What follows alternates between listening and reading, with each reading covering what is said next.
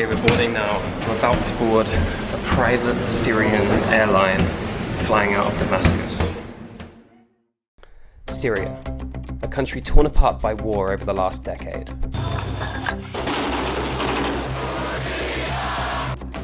Right now, governments around the world advise against all travel and recommend to get out of the country as soon as you can. But I have the chance to go in and show another side to this country. A side that you might not expect.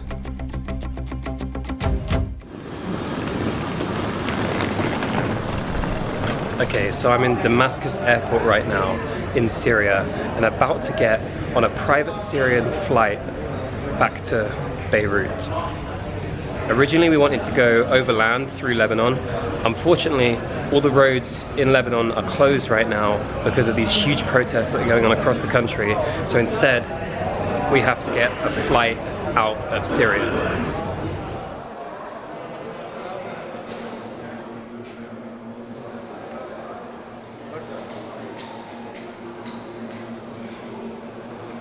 Brilliant. The staff want a photo of us.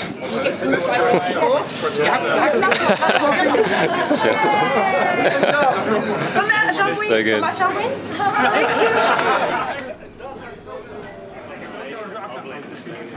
I got my ticket here. Cham Wings is the airline. Alright, we're airside now. I just got told to put the camera away a few times, so I switched to my smaller camera, which is less conspicuous. And but so far, to be honest, this airport seems very normal. There's no Wi-Fi. There's only one small cafe, but besides that, I mean, it's a pretty standard airport.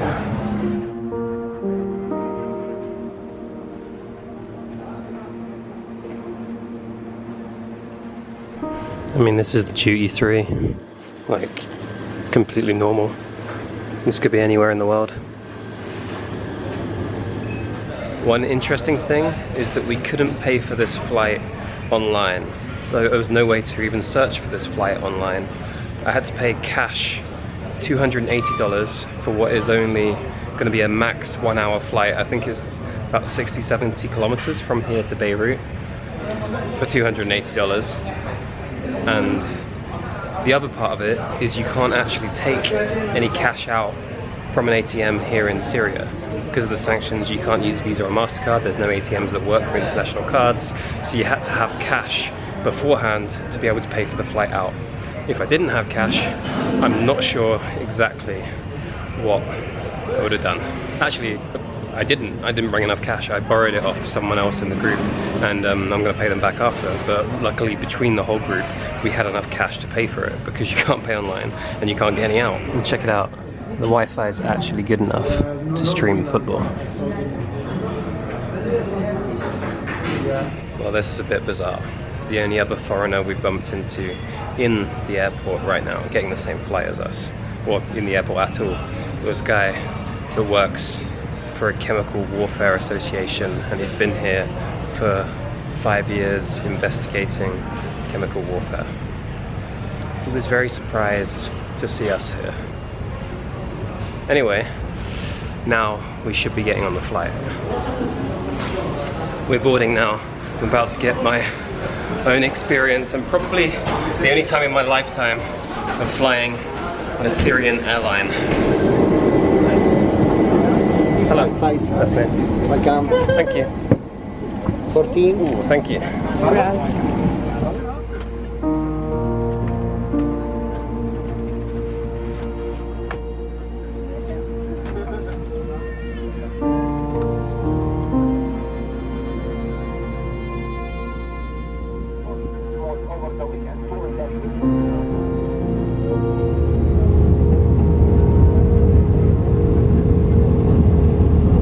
Whoa, okay, so we also get food.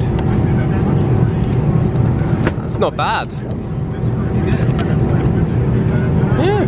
I mean, for a $280 flight for like 30 minutes, then yeah, I mean, I think food should be included. Clyde gel with Nigella seeds and cheese sandwich and pineapple. Okay, well, I've just started eating and she's collecting the rubbish already. A little bit of turbulence.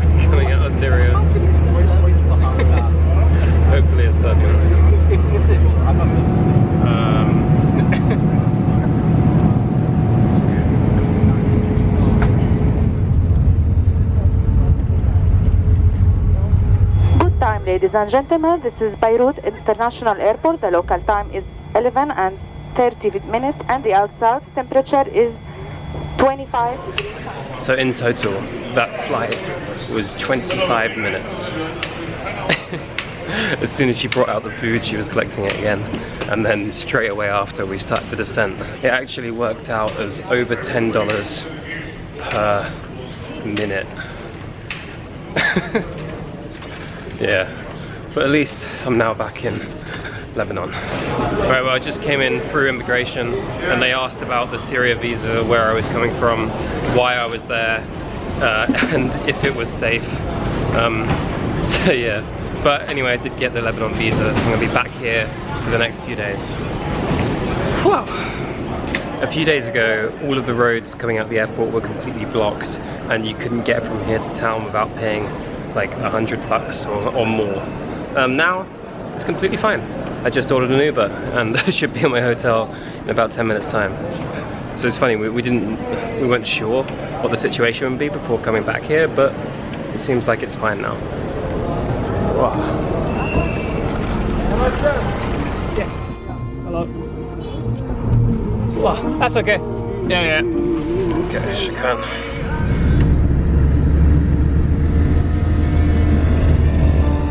Okay, this is me. I actually booked a place only a couple miles away from the airport just in case the roads were still closed. And some guys changed their flights and flew out sooner because of how the situation was last week here. But instead, I decided to stick around, see what it's like. And it all worked out okay because everything's now good, apparently. What an incredible week. I think that will stick with me for a while. Everything in Syria, everything I've seen, this whole trip, including starting in Lebanon with the protests going on and then to Syria, and just everything's been mind-blowing. And one of the reasons that I wanted to start traveling like this as well, to learn more about different places and different cultures, and I've definitely had that full experience this week. I hope you learned something from this series. I hope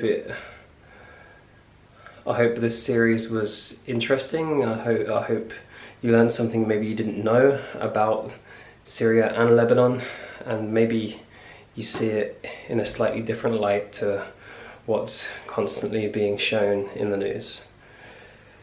For now, I'm going to leave it here and again say thank you for watching and see you soon.